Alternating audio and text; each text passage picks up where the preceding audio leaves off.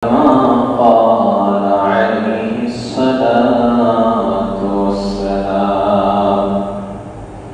وقال الله تعالى: سبحانك لا علم لنا إلا ما علمتنا إنك أنت العليم الحكيم. رب اشرح لي صدري ويسر لي أمري واحلل عقدة من لساني يفقهوا قولي.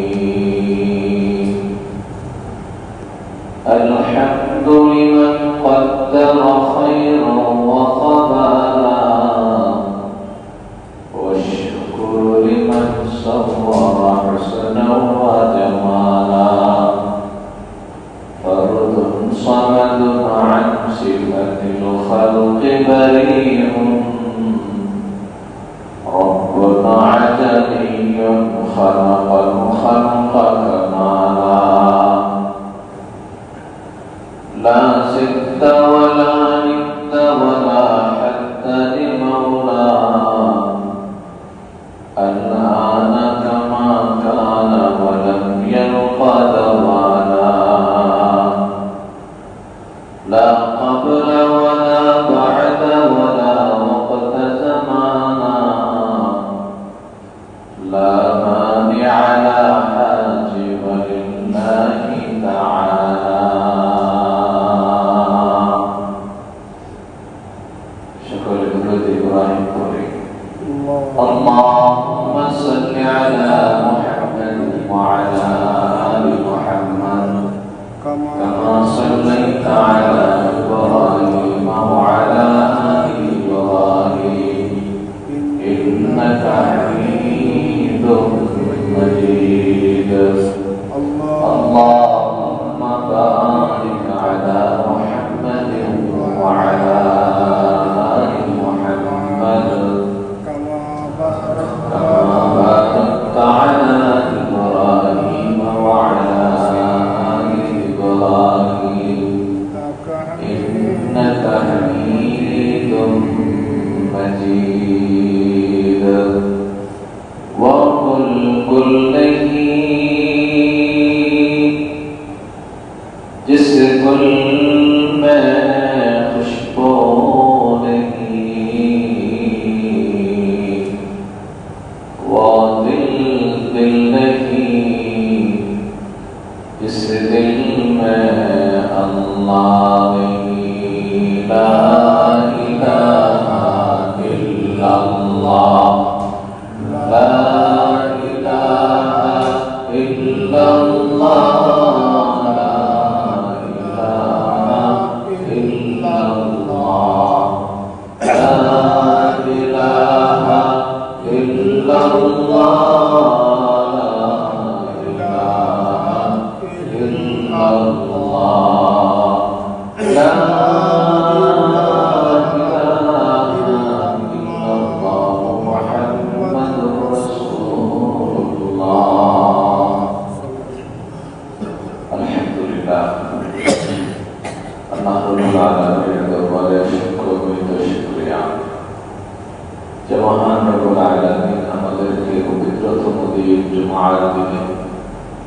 পবিত্র অবস্থায় ইমানের হালতে আল্লাহর পবিত্র ঘর মসজিদে আমাদেরকে সর্বপ্রথম আসার বসার তৌফিক দান করেছেন। এজন্য রব্বুল আলামিনের দরবারে শুকরিয়া আদায় করি, শুকরিয়া বলি আলহামদুলিল্লাহ। আজকে আমরা যে বিষয় নিয়ে আলোচনা শুনব, দুনিয়ার প্রতি বিমুখতা, অর্থাৎ দুনিয়ার ভালোবাসায় মুক্ত না হওয়া। দুনিয়া একটা প্রয়োজনের বস্তু, দুনিয়ার প্রয়োজনের বস্তু, যদি দুনিয়া একটা মহব্বতের বস্তু নয়, এটা বুঝতে হবে। দুনিয়া একটা প্রয়োজনের বস্তু, চলতে গেলে খাইতে হবে, ঘুমাইতে হবে, সমাজে চলতে হবে, বিয়ে শাদী ইত্যাদি ইত্যাদি যা আছে এগুলা দুনিয়ার প্রয়োজন। কিন্তু মহব্বত হবে মাত্র আল্লাহর জন্য। মহব্বত অন্তরে থাকতে হবে আল্লাহ। হ্যাঁ, স্বজনদের সাথে সম্পর্ক থাকতে হবে, এটাও আল্লাহর জন্য। হুব্বিলিল্লাহ বুগযিল্লাহ। হাদিসের মধ্যে নবীজি বলেন, কারো প্রতি ভালোবাসা আল্লাহর জন্য, আবার কারো প্রতি শত্রুতাও আল্লাহর জন্য। আমার মা বাবা, ভাই বোন, আত্মীয়-স্বজন, স্ত্রী, ছেলে সন্তান, সমাজের মানুষ, দুনিয়ার সমস্ত মানুষ, মুসলমান যারা আছে তাদের প্রতি আন্তরিকতার সম্পর্ক এটা থাকবে আল্লাহর ভালোবাসার জন্য। আমাদের কাছে আনতে হবে জুহুদ। জুহুদ শব্দটা কি? এটা আমরা অনেকই শুনে থাকি, অমুক ব্যক্তি অনেক বড় আবেগ, অনেক বড় জাহেদ, অনেক বড় বুজুর্গ, অনেক বড় অলি, অনেক বড় জাহেদ। কত তুই জাহেদটা কি? জাহেদ এসেছে জুহুদের থেকে।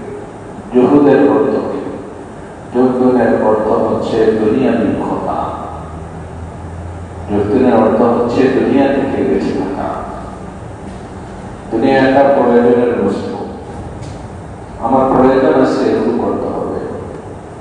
কিন্তু আমাদের অবস্থা মতো দুনিয়ার প্রতি ভালোবাসা, সম্পদের প্রতি ভালোবাসা, কোন সম্পদের প্রতি বেশি ভালোবাসা, দিন রাত 24 ঘন্টা শুধু একটাই থেকে দুনিয়া, টাকা পয়সা।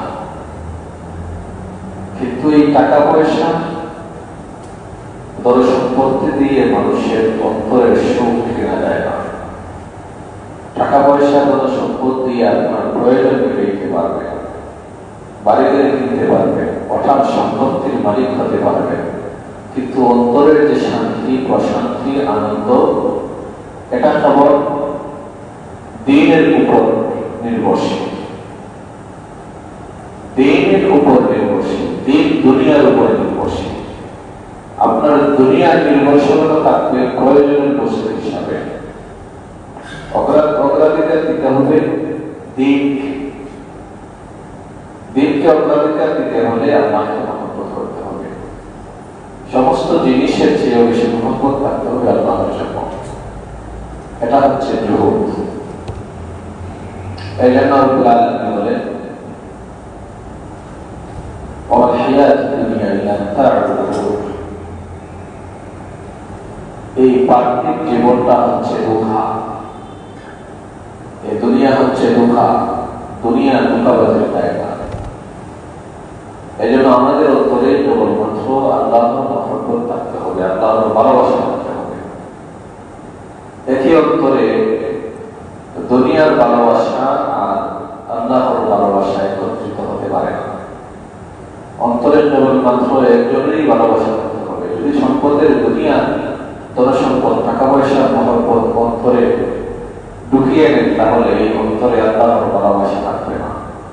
আর যে অন্তরে আল্লাহর ভালোবাসা নাই, সেই অন্তর পথভ্রষ্ট হয়ে যেতে পারে, পথভ্রষ্ট হতে পারে। এজন্য দেখবেন দুনিয়ার প্রতি যাদের বেশি ভালোবাসা, বেশি মহব্বত, নবীজি বলেন, আদ-দুনিয়া রাসু কুল্লি খাতিয়াত। দুনিয়ার প্রতি মহব্বত ধ্বংসের কারণ। আদ-দুনিয়া রাসু কুল্লি খাতিয়া।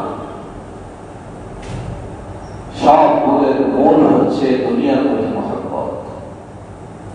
এজন্য দেখবেন সুদ চুরি করে, টাকার ডাকাতি করে, মদখোর মদ পান করে, সুদখোর সুদ খায়, ঘুষখোর ঘুষ খায়, জিনা ব্যভিচারী সে ব্যভিচারের মধ্যে লিপ্ত হয়। এগুলো অন্যতম কারণ অন্তরায় যদি দেখেন দুনিয়ার প্রতি মহব্বত। চোর কেন চুরি করে?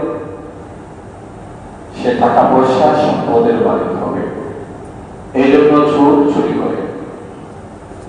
তাহলে অন্তর যায় দুনিয়ার প্রতি মহব্বত, চুরের দুনিয়ার প্রতি মহব্বত, এই জন্য সে চুরি করেছে। ডাকাতি করে দুনিয়ার জন্য, দুনিয়ার প্রতি মহব্বত, এই জন্য ডাকাতি করে। সুদখোর সুদ খায় দুনিয়ার জন্য, তার দুনিয়া উপার্জন, দুনিয়ার টাকা সম্পর্ক দরকার, দুনিয়ার টাকা পয়সা দরকার, এই জন্য সুদখোর সুদ খায় দুনিয়ার প্রতি তার মহব্বত আর ভালোবাসা থাকার কারণে। ঘুষখোর ঘুষ নেয় কেন? তার দুনিয়ার জন্য, দুনিয়ার বাইরে হাসিলের জন্য, দুনিয়াতে ওঠার টাকা সম্পদ হবে, বাড়ি হবে, এই জন্য ঘুষখোর ঘুষ খায় দুনিয়ার জন্য। যে মদ পান করে, কেন মদ পান করে? সে একটু শান্তির জন্য, সেটা সমান করে তার দুনিয়ার শান্তির জন্য। তাহলে রাসূলুল্লাহ সাল্লাল্লাহু আলাইহি ওয়াসাল্লাম বলেছেন, সমস্ত গুনাহের মূল হচ্ছে দুনিয়ার প্রতি মহব্বত। আর দুনিয়া রাসু কুল্লি খাতিয়া, নবীজি বলেছেন দুনিয়ার প্রতি মহব্বত সব গুনাহের মূল। দুনিয়াটা আমার প্রয়োজন, এটা প্রয়োজনের বস্তু হিসেবে রাখতে হবে। দুনিয়াতে খাওয়া দাওয়া করতে হবে, বাড়ি গাড়ি বা মাথা গুজার ঠাই কাটতে হবে, এগুলা হচ্ছে প্রয়োজন। প্রয়োজনকে মহব্বতের জায়গায় নিয়ে যেতে পারবো না। দুনিয়া আমার প্রয়োজন, এজন্য দেখবেন কিছু মানুষ 24 ঘন্টা শুধু দুনিয়া, শুধু দুনিয়া, শুধু টাকা পয়সা পিছনে থাকে। কোথায় যায় নামাজ, কোথায় ইবাদত করবে? অথচ আল্লাহ রাব্বুল আলামিন মানুষদেরকে সৃষ্টি করেছে ইবাদতের জন্য। ওমা খালাকতুল জিন্না ওয়াল ইনসা ইল্লা লিয়াবুদুন, এখানে লিয়াবুদুন বলেছে। রব্বুল আলামিন মানুষ এবং জিন্নাকে সৃষ্টি করেছি কেবলমাত্র আমি আল্লাহর ইবাদত আর বন্দেগী করার জন্য। এই জন্য আমাদের অন্তরে আল্লাহর মহব্বত, আল্লাহর ভালোবাসা জায়গা দিতে হবে। যদি আমরা এই অন্তরে অন্য কাউকে জায়গা দিয়ে দিই, তাহলে আল্লাহর যদি আল্লাহর জন্য ভালোবাসা মহব্বত না থাকে, তাহলে ওই ব্যক্তি ধ্বংসপ্রাপ্ত, হেদায়েত কম হতে পারে। এই জন্য নবী সাল্লাল্লাহু আলাইহি ওয়াসাল্লাম বলেন, আমার অন্তরে যদি কাউকে জায়গা দিতাম, আমি আবু বকরকে জায়গা দিতাম। যদি আমি দুনিয়াতে কাউকে বন্ধু বানাইতাম, আবু বকরকে বানাইতাম। তাহাস্তু খালিলা আবু বকর খালিল। নবীজি বলেন, যদি আমি বন্ধু দুনিয়াতে কাউকে বানাইতাম, তো আবু বকর সিদ্দিককে বন্ধু বানাইতাম। মুজাদ্দিদ আল-ইহসান বলেন যে আবু বকর আর নবীজি সাল্লাল্লাহু আলাইহি ওয়াসাল্লামের দৃষ্টান্ত মহব্বত, ভালোবাসার সম্পর্ক কেমন ছিল? মুজাদ্দিদ আল-ইহসান বলেন, একটি আয়না যদি সামনে দাঁড় করানো হয়, নবীজি সাল্লাল্লাহু আলাইহি ওয়াসাল্লাম যদি আয়নার দিকে তাকান, তাহলে বাস্তব রূপে আছেন মুহাম্মদুর রাসূলুল্লাহ, আয়নাতে আছেন আবু বকর সিদ্দিক রাদিয়াল্লাহু তাআলা।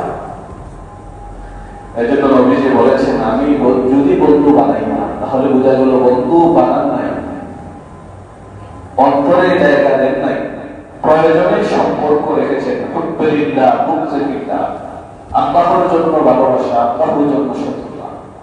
নবীজি হাদিসের মধ্যে বলেছেন, আমি যদি বন্ধু বানাই না, তাহলে আবু বকরকে বন্ধু বানাবো। এজন্য রব্বুল আলামিন বলেন, ওমাল হায়াতুদ দুনিয়া ইল্লা মাতাউল, দুনিয়া হচ্ছে ধোঁকা, দুনিয়া হচ্ছে ধোঁকা। দুনিয়ার পিছনে সারাটা জীবন বসে আছে, টাকা পয়সা, সম্পদ, ব্যবসা বাণিজ্য যা আছে শুধু দুনিয়ার জন্য। একজন মানুষ যদি সে প্রধান টাকা সম্পদের মালিক হয়, এই টাকা পয়সার কাছে সুখ আর শান্তি দিতে পারবে না। সুখ আর শান্তি যদি কেউ পাইতে যায়, কেউ পেতে চায়, তাহলে দ্বীনের প্রতি তার আসক্তি, আল্লাহর প্রতি তার ভালোবাসা মহব্বত যদি থাকে, তাহলে সেই ব্যক্তি সুখী আর শান্তি। এজন্য দুনিয়াতে লক্ষ্য করবেন, যারা আল্লাহ ওয়ালা, যারা বুজুর্গ, যারা মুত্তাকি, যারা ইবাদত বন্দেগী আল্লাহর জন্য করে, তারা এই দুনিয়াতে সুখী আর শান্তিতে আছে। আর যারা শুধু টাকা সম্পদ, টাকা পয়সা, বাড়ি গাড়ি নিয়ে ব্যস্ত, ওদের অন্তরে সুখ নাই। টাকা আছে, পয়সা আছে, বাড়ি আছে, গাড়ি আছে, কিন্তু অন্তরে কোনো স্বাদ নাই, আনন্দ নাই, সব মাটি। একদিন এই পৃথিবী ছেড়ে চলে যাইতেই হবে। আপনার বিল্ডিং আপনাকে ধরে রাখবে না, বাহির থাকবে। আল্লাহ তো সেই যিনি দুনিয়ার সূচনা থেকে কিয়ামত পর্যন্ত সূর্যকে যেই টাইমে ওঠার কথা সূর্য ওই টাইমে উঠে, দিন যেই টাইমে আসার কথা দিন ওই টাইমে আসে, সূর্য যেই টাইমে ডোবার কথা ওই টাইমে সূর্য ডোবে, যেই টাইমে চন্দ্র ওঠার কথা ওই টাইমে চন্দ্র ওঠে। রব্বুল তাবারাকাল্লাযী জাআলা আল-লাইলা ওয়ান-নাহারা খিলফা। রব্বুল আমি যেই টাইমে যেই জিনিসগুলোকে আদেশ দিয়েছি, হুকুম দিয়েছি কিয়ামত পর্যন্ত ওই টাইমে সূর্য উঠবে, সূর্য ডুববে, চন্দ্র উঠবে, চন্দ্র ডুববে, দিন আসবে, রাত আসবে। আল্লাহ খুদের কোনো দুঃখবাজ নাই। এই জন্য দুনিয়ার মহব্বত অন্তর থেকে বাড়ি, দুনিয়াটা প্রয়োজনে বসে। আল্লামা রুমি রাহিমাহুল্লাহ বলেন, দুনিয়ার দৃষ্টান্ত তিনি দিচ্ছেন, দুনিয়ার মানুষ হচ্ছে কিস্তির মতো আর দুনিয়াটা হচ্ছে পানির মতো। তিনি কেন এটা বললেন? কিস্তি মানে নৌকা, নৌকা বুঝেন তো? দুনিয়াটা হচ্ছে পানির মতো আর দুনিয়ার মানুষ হচ্ছে নৌকার মতো। নৌকা শুকনা জায়গায় চলবে না, নৌকা শুকনা জায়গায় চলে না। নৌকা চলতে হলে পানি প্রয়োজন, নৌকা চলতে হলে পানি প্রয়োজন, নৌকার জন্য পানি প্রয়োজন, পানির জন্য নৌকা প্রয়োজন চলতে গেলে। কিন্তু সেই পানিটা যদি নৌকার আশপাশে পানি থাকে ততক্ষণ নৌকাটা স্থির থাকে, ভালো থাকে, ধ্বংস হয় না। নৌকার ডানে বামে সামনে পিছনে পানি থাকলে ওই পানি দ্বারা নৌকার কোনো ক্ষতি হয় না। এই পানিটা হচ্ছে দুনিয়ার দৃষ্টান্ত দিচ্ছেন যে পানি হচ্ছে দুনিয়া আর নৌকা হচ্ছে মানুষের দৃষ্টান্ত। কিন্তু যদি নৌকার ভিতরে পানি ঢুকে যায় তাহলে ওই নৌকা ডুবে যাবে, ওই নৌকা ধ্বংস হয়ে যাবে। আল্লামা রুমি রাহিমাহুল্লাহ বলে, ঠিক তেমনি ভাবে মানুষের অন্তরে যদি দুনিয়া ঢুকে যায়, মানুষের অন্তরে যদি দুনিয়া ঢুকে যায় ওই মানুষ হেদায়েত প্রাপ্ত হতে পারে না, ওই মানুষ ধ্বংসপ্রাপ্ত হয়ে যাবে। তিনি মিশাল দিয়েছেন নৌকার সাথে মানুষের, পানির সাথে দুনিয়া। এটা মিলিয়ে দেখেন, পানি অবশ্যই প্রয়োজন, নৌকা চালাইতে হলে পানি প্রয়োজন, আমাদের জীবন চালাইতে গেলে দুনিয়াও প্রয়োজন। কিন্তু দুনিয়ার প্রতি আসক্তি, দুনিয়ার প্রতি নেশা এটা পাওয়া যাবে না। এই জন্য একজন বড় বিজ্ঞানী বলেছেন, সমস্ত দুনিয়ার মানুষের জন্য তার প্রয়োজন মেটানোর জন্য সমস্ত দুনিয়াতে পর্যাপ্ত সম্পত্তি আছে, কিন্তু কোন লোভী মানুষের লোভ মেটানোর জন্য দুনিয়াতে পর্যাপ্ত কোন সম্পদ নাই। বোঝার কথা, দুনিয়ার সকল মানুষের প্রয়োজন মেটানোর জন্য দুনিয়াতে পর্যাপ্ত সম্পদ আছে, কিন্তু যেই মানুষ লোভী, যে লোভ করে, যার লোভ বেশি, ওই লোভী মানুষের লোভ মেটানোর জন্য দুনিয়াতে পর্যাপ্ত কোন সম্পদ নাই। হাদিসের মধ্যে নবীজি বলেন, মানুষের চাহিদা চায় মন, যদি কোনো মানুষকে আল্লাহ রাব্বুল আলামিন পাহাড় সমপরিমাণ স্বর্ণ দিয়ে দেয় তাহলে ওই মানুষটা আরেকটি পাহাড়ে আরেকটি পাহাড় স্বর্ণ চাই। তাকে উহুদ পাহাড় সমপরিমাণ স্বর্ণ দিয়ে দেওয়া হয়েছে, দেওয়ার পরে ওই মানুষটি চাইবে আরেকটি পাহাড়ের মালিক হয়ে। এটা হচ্ছে লোভ। লোভ আর প্রয়োজন এক নয়। অতিরিক্ত টাকা পয়সা, অতিরিক্ত সম্পদ, অতিরিক্ত বাড়িগাড়ি হওয়াটা একটা রোগ, এটা একটা রোগ। আমার প্রয়োজন যেগুলো আছে ওগুলো আল্লাহ আমাকে দিবেন অথবা চেষ্টা করতেছি, এটা হচ্ছে প্রয়োজন। প্রয়োজনের জন্য চেষ্টা করতে পারে, কিন্তু অতিরিক্ত লোভের জন্য যদি চেষ্টা করে বরবাদ হয়ে যাবে। ইমাম গাজ্জালী রাহিমাহুল্লাহ বলেন, যে মানুষ তার কাছে কোনো সম্পত্তি নাই, চেষ্টা করতেছে সারাটা জীবন করে শুধু সম্পত্তি টাকা পয়সার চেষ্টা করে, ওই মানুষ হেদায়েত প্রাপ্ত হবে না, সে ধ্বংসপ্রাপ্ত হয়ে যাবে, সে সফল হবে না, সে বিফল হবে। কারণ সারাটা জীবন তার কাছে নাই কিছু, সে বৃথা বেকার চেষ্টা করছে সম্পত্তির জন্য।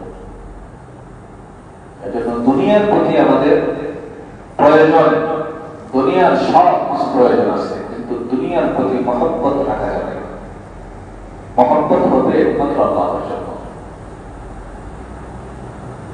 নবী সাল্লাল্লাহু আলাইহি ওয়াসাল্লাম বলেন, আতাতু দুনিয়া দুনিয়া যারা দুনিয়াকে একবার পিছনে ঢেলে দেয় তাদের পিছনে দুনিয়া আসতে থাকে।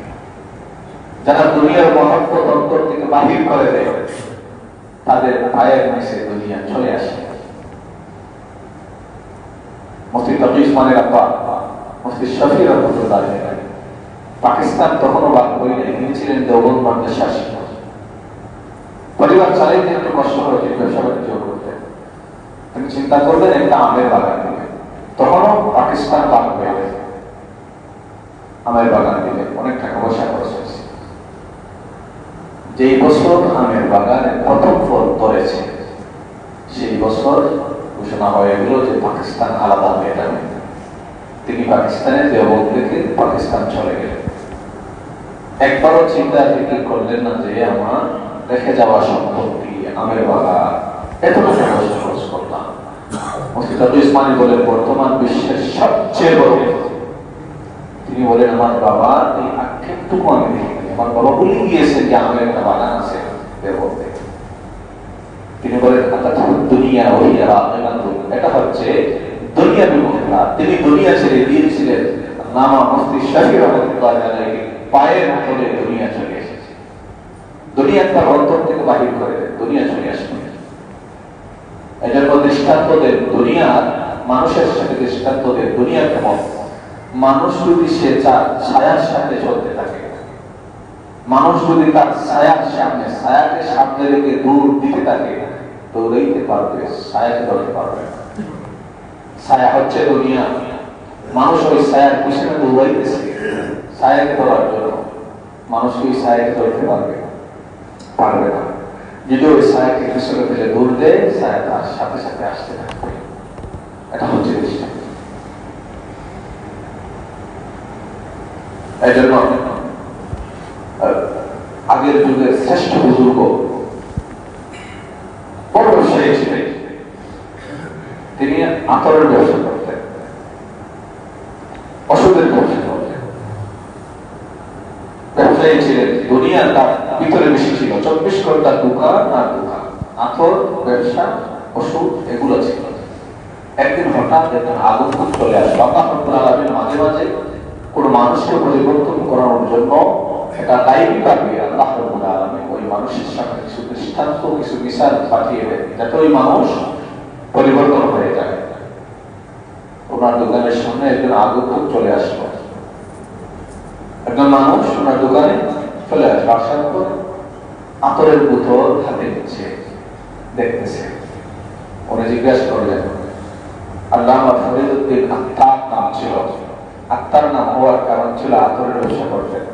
আল্লামা ফরিদউদ্দিন আত্তার জিজ্ঞাসা করলেন, আপনি আতরের বাটিগুলো দেখতেছেন, কিছু নেবেন? না, আমি কিছু নেব না। উনি আবার দেখতেছেন সব দোকান তালাশি করে দেখতেছেন, জিজ্ঞাসা করেন কিছু নেবেন? না, আমি কিছু নেব না। পরে আলমারির ভিতরে যে আতরের বোতলগুলো ছিল ওইগুলো বাহির করলেন। তিনি খুলতেছেন আর দেখতেছেন। আল্লামা ফরিদউদ্দিন আত্তার রাগ হয়ে রাগান্বিত হয়ে জিজ্ঞাসা করলেন, আপনি কি করতেছেন? নিবেন না তো দেখতেছেন কেন? ওই আগন্তুক বলল, আমি দেখতেছি যখন তোমার জান কবজ করা হবে ওই জানটা তোমার কোন আতরের ভিতরে ঢুকবে, কোন আতরের ভিতর দিয়ে বাহির হয়ে যাবে। আমি এটা দেখছি তোমার জান যখন কবজ করা হবে কোন আতরের বোতলের ভিতর থেকে তোমার জান বাহির হবে, এটা আমি দেখছি। আল্লামা ফরিদউদ্দিন আত্তার বললেন, তোমার জান যেভাবে বাহির হবে আমার জান সেভাবে বাহির হবে। আগন্তুক বলল, না, আমার জান আর তোমার জান যেভাবে বাহির হবে এটা এক নয়। তোমার অন্তরে আছে তোমার আতরের ব্যবসা, তোমার ওষুধের ব্যবসা, তোমার দুনিয়া, আর আমার কিছু নাই। আমি নিঃস্ব, আমার না আছে টাকা পয়সা, না আছে ব্যবসা বাণিজ্য, আমার কিছু নাই। আজরাইল যখন আসবে জানটা নিয়ে যাবে, আর তোমার জান যখন কবজ করবে আমি এটা দেখতেছি কোন আতরের বোতল থেকে তোমার জান বাহির হবে, কোন ওষুধের বোতল থেকে তোমার জান বাহির হবে। সাথে সাথে কথা বলার পর আগন্তুক ব্যক্তি তার মৃত্যু হয়ে গেল। আল্লামা ফরিদউদ্দিন আত্তারের অন্তরে এমন একটা ধাক্কা দিল যে না, ওই লোকটি আতরের ভিতর দিয়ে যে আমার জানটা বাহির হবে তার উদ্দেশ্য হচ্ছে আমার অন্তরে দুনিয়ার প্রতি মহব্বত আর ভালোবাসা বেশি উঠে গিয়েছে। এরপর থেকে আল্লামা ফরিদুদ্দীন আত্মার ওনার ব্যবসা বাণিজ্য সব কিছু বাদ দিয়ে দিয়ে আল্লাহ রাব্বুল আলামিনের ইবাদতের মধ্যে বেশি নিমগ্ন হয়ে গেলেন। তিনি আজকে আল্লামা ফরিদুদ্দীন আত্মার হয়েছেন। ইব্রাহিম ইবনে আদহাম তিনি ছিলেন একজন বাদশাহ। যিনি বাদশাহ ছিলেন, ছাদের উপরে দেখতেছেন কে যেন ছাদের উপরে টহল দিচ্ছে, কি খুঁজতেছে, ছাদের উপরে এসে কি যেন খুঁজতেছে। তিনি ভাবলেন হয়তো চোর হবে। তিনি জিজ্ঞাসা করলেন, তুমি ছাদের উপর কি তালাশ করতেছো, কি চাও? বাদশাহ ইব্রাহিম ইবনে আদহাম ওই আগন্তুককে যখন জিজ্ঞাসা করলেন, তুমি ছাদের উপর কি তালাশ করো, কি চাও? ওই লোকটি বললো, আমার উট হারিয়ে গিয়েছে মাঠে, আমি ছাদের উপর উট খুঁজতেছি। কে হারাইছে? উট হারাইছে কোথায়? মাঠে। আর উট খুঁজতেছে কোথায়? ছাদের উপরে। ইব্রাহিম ইবনে আদহাম বললেন, বেটা তোমার উট হারাইছে মাঠে বন্দে, তুমি মাঠে ঘাটে জঙ্গলে মঙ্গলে তোমার উট খুঁজবা, তুমি ছাদের উপর কিসের খুঁজো? তুমি তো নির্ভুল, তুমি তো মুখা, তোমার উট হারাইছে মাঠে কে তালাশ করবা, ছাদের উপর কেন? ওই ব্যক্তি বললো, আমি যদি নির্ভুল হয়ে থাকি, আমি যদি বোকা হয়ে থাকি, আমার চেয়ে বড় বোকা এই ছাদে এসে উটকে তালাশ করলে উট পাওয়া যায় না। এই যেই মহলে এসে, এই বাদশাহ প্রাসাদে এসে আমার উট তালাশ করতেছি, উট পাচ্ছি না, সেই মহল থেকে, সেই রাজশাহী, সেই বাদশার বাড়ি থেকে কিভাবে আপনি তালাশ করলে আল্লাহকে পাবেন? আপনি এই বাদশাহী, এই দিল্লি থেকে, এই মহল থেকে আপনি কিভাবে আল্লাহকে তালাশ করলে আপনি আল্লাহকে পাবেন? আপনি তো আমার থেকে বড় নির্ভুল, বড় বোকা। ইব্রাহিম ইবনে আদহাম তিনি ছিলেন বাদশাহ। তিনি তার রাজত্ব ছেড়ে দিয়ে চলে গিয়েছেন, আল্লাহর ইবাদতে মগ্ন হয়ে গেলেন। তিনি তার রাজত্ব ছেড়ে দিয়েছেন, সব কিছু ছেড়ে চলে গিয়েছেন। আমরা তো আর সব কিছু ছেড়ে যেতে পারবো না, তবে আমাদের জন্য উপদেশ হচ্ছে দুনিয়ার প্রতি মহব্বত রাখা যাবে না। দুনিয়াটা প্রয়োজনের বিষয়। এই জন্য আল্লাহ বলেন, ইয়া আইয়ুহান নাস ইন্না ওয়া'দাল্লাহি হক। হে মানুষ, ইয়া আইয়ুহান নাস ইন্না ওয়া'দাল্লাহি হক। হে লোক সকল, আল্লাহর ওয়াদা সত্য। ইয়া আইয়ুহান নাস ইন্না ওয়া'দাল্লাহি হক ফালা তাগুররান্নাকুমুল হায়াতুদ দুনিয়া। দুনিয়া যেন তোমাদেরকে ধোঁকা দেয়। দুনিয়া হচ্ছে ধোঁকা, তোমাদেরকে দুনিয়া ধোঁকা দেবে। ইয়া আইয়ুহান নাস ইন্না ওয়া'দাল্লাহি হক ফালা তাগুররান্নাকুমুল হায়াতুদ দুনিয়া ওয়ালা ইয়াগুররান্নাকুম বিল্লাহি আল-গারুর। শয়তান তোমাদেরকে ধোঁকা দিয়ে আল্লাহ থেকে দূরে সরিয়ে দিতে হবে।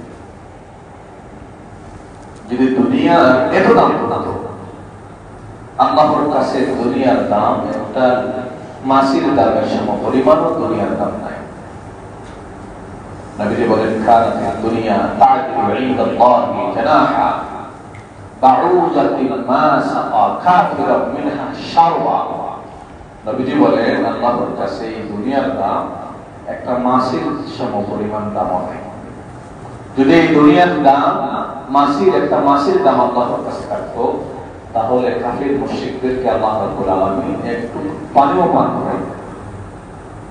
নবীজি হাদিসের মধ্যে বলেন, এই দুনিয়ার দাম একটা মাসের সমপরিমাণ দাম আল্লাহর কাছে নাই। যদি দুনিয়ার দাম মাসের সমপরিমাণও থাকতো, তাহলে আল্লাহ রাব্বুল আলামিন কাফির মুশরিকদেরকে পানি পান করাতেন।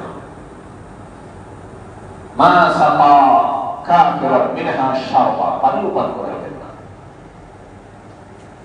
যে কাফির মুশরিকরা আল্লাহর ইবাদত করতেছে, আল্লাহকে মানে না, আল্লাহর সাথে শরীক করে, সেই কাফেররা মুশরিকরা আয়েশে জীবন যাপন করতেছে। তাদের টাকা পয়সা সম্পত্তির কোনো প্রয়োজন নাই।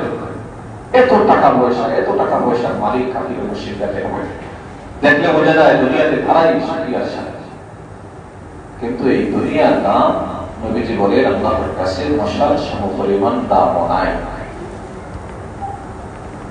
সিরিয়ার গভর্নর ছিলেন সাহাবী উবাদা ইবনে জাররাহ। হযরত ওমর রাদিয়াল্লাহু তাআলা আনহু খেলাফতকালে তিনি সিরিয়ার গভর্নর ছিলেন। বর্তমান সিরিয়া ছিল না, আগে ছিল সিরিয়া, জর্দান, লেবানন, ফিলিস্তিন, চার দেশ মিলে একটা প্রদেশ ছিল। ওই প্রদেশের গভর্নর ছিলেন উবাদা ইবনে জাররাহ। আর ওই প্রদেশগুলো সবচেয়ে বেশি উর্বর ছিল টাকা পয়সার দিক দিয়ে, সম্পত্তির দিক দিয়ে অনেক ভালো অবস্থানে ছিল। তোমার চিন্তা বিক্রি করলেন এত ভালো, এত উন্নত রাষ্ট্রের, এত উন্নত একটি প্রদেশের গভর্নর বানাইলাম, গিয়ে দেখি তার সে যে বাড়িতে থাকে তার বাড়িটি অবশ্যই অনেক টাকা সম্পদ দিয়ে, অনেক সম্পদ তার বাড়িতে থাকবে, তার বাড়িটা হঠাৎ সম্পত্তির মালিক হবে। গভর্নরের বাড়ি, 4টা প্রদেশের গভর্নর ছিলেন ওবাদা ইবনে জাররাহ। তাদের তোমার চলে আসলেন সিরিয়াতে, এসে জিজ্ঞাসা করলেন ওবাদা ইবনে জাররাহ,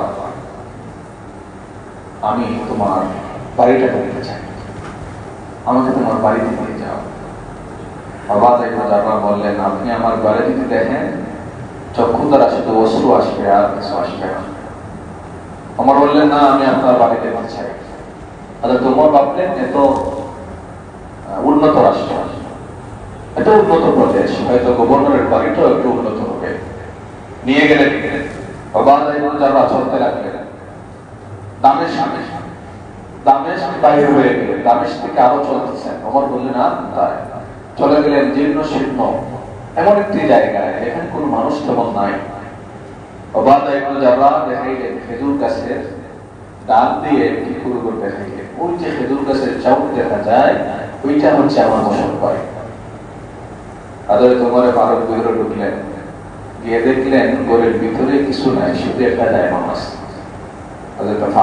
জিজ্ঞাসা করলেন, ওবাদা ইবনে জাররাহ, তোমার প্রয়োজন কিভাবে মিটে?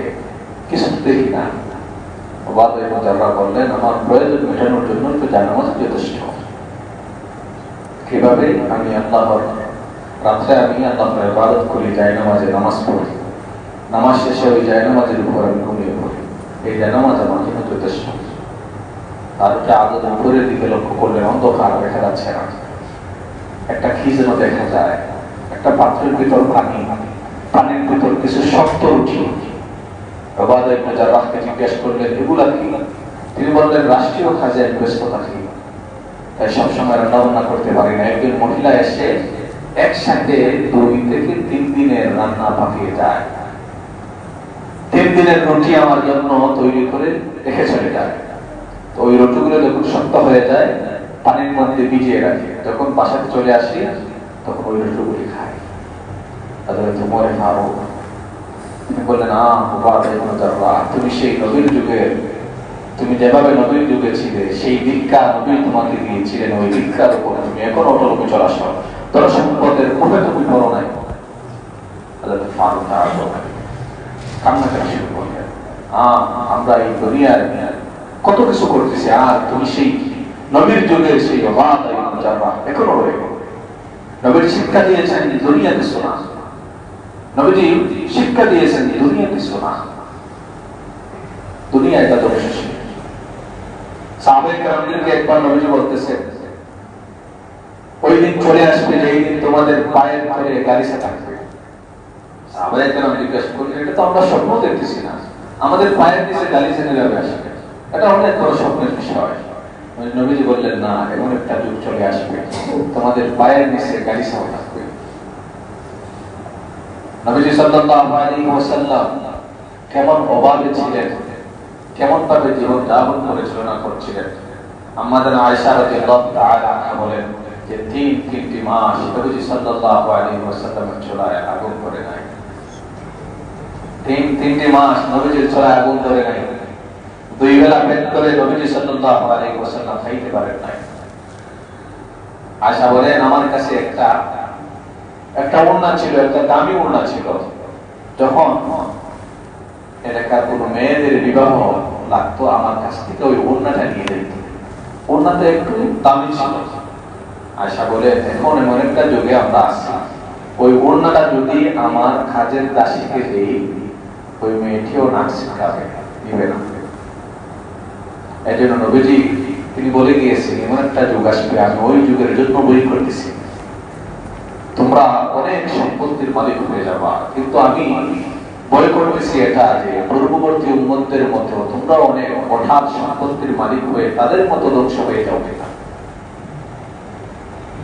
এই জন্য বর্তমান বিশ্বের বেশিরভাগ মুসলমানরা গরিব কয়েকজন আছে, যে গরিব আছে তার বড় অতিবেলা পাপ পাকানো হচ্ছে।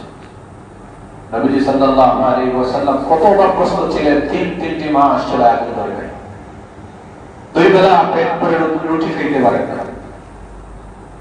তিনি সাহাবায়ে কেরামদেরকে শিক্ষা দিয়েছিলেন দুনিয়া কিছু না, দুনিয়া কিছু না। পার্শ্ব থেকে একটা প্রমাণ চলে আসছে, সাহাবায়ে কেরাম আনন্দিত হয়ে গেলেন, সবাই দেখতে লাগলেন, রুমালটা দেখতেছেন। নবীজি দেখলেন যে রুমালের প্রতি ওনাদের একটা টান চলে যাচ্ছে। নবীজি বললেন, ওই রুমাল আর চাদরের চেয়ে হযরতে হানজালা যে চাদর হয়েছেন অনেক দামি। তিনি দুনিয়াতে শুধু আখিরাতের কথা বলতেন, সেই আখিরাতের দীক্ষা দিয়েছিলেন সাহাবায়ে কেরামদেরকে। এই জন্য সাহাবায়ে কেরামের পায়ের পায়ের কায়সার এবং কিসরার সমস্ত ধনসম্পত্তির মালিক সাহাবায়ে কেরাম হয়ে গিয়েছিলেন। কিন্তু ওনারা সম্পত্তি চান নাই, টাকা পয়সা এগুলো চান নাই। এই জন্য আমাদের প্রয়োজন মেটানোর জন্য দুনিয়া প্রয়োজন, কিন্তু দুনিয়াকে মহব্বতের জায়গায় জায়গা দিতে পারবো না, দুনিয়াকে অন্তরে ঢোকানো যাবে না। আমাদের প্রয়োজনের জন্য দুনিয়া প্রয়োজন, দুনিয়াতে চলতে গেলে যা প্রয়োজন এগুলো আমাদের প্রয়োজনে রাখতে হবে, কিন্তু এই দুনিয়াকে অন্তরে জায়গা দিতে পারবো না। আমরা আজকে দুনিয়ার পিছনে শুধু দুনিয়া, রব্বুল ওয়াল হায়াতুদ দুনিয়া ইল্লা মাতাউল গুরুর, দুনিয়া ধোঁকা ছাড়া কিছু। আজকে বললে কালকে সব শেষ। আপনি ভাবতেছেন আমাকে সারা এই কাজ হচ্ছে না, আমি আজকে 5 ওয়াক্ত নামাজ মসজিদে এসে পড়তে পারছি না, এত ব্যস্ত আমার এই কাজ এই কাজ। কিন্তু যেই দিন শ্বাস চলে যাবে ওই দিন ঠিকই আপনার ওই কাজগুলো আরেকজন করবে। আপনার জন্য পৃথিবী থেমে থাকবে না, সূর্য তার সময় মতো উঠবে, সূর্য তার সময় মতো অস্তমিত হয়ে যাবে, চন্দ্র তার সময় মতো উঠবে, চন্দ্র আবার নেমে যাবে, দিন আসবে দিন চলে যাবে, রাত আসবে রাত চলে যাবে, কোনো কিছু আর খাবার। এই জন্য দুনিয়ার প্রতি এত মহব্বত আর ভালোবাসা অন্তরে জায়গা দিতে চাইবেন না। দুনিয়াকে প্রয়োজনের বস্তু আল্লাহ রাব্বুল আলামিন আমাদের অন্তরে আল্লাহর মহব্বত ভালোবাসা পয়দা হওয়ার তৌফিক দান করুন। দুনিয়ার মহব্বত, দুনিয়ার প্রতি আসক্তি, দুনিয়ার মহব্বত আমাদের অন্তর থেকে বাহির করে দেন। আমিন। ওয়া আখিরু দাওয়ানা আলহামদুলিল্লাহি রাব্বিল আলামিন।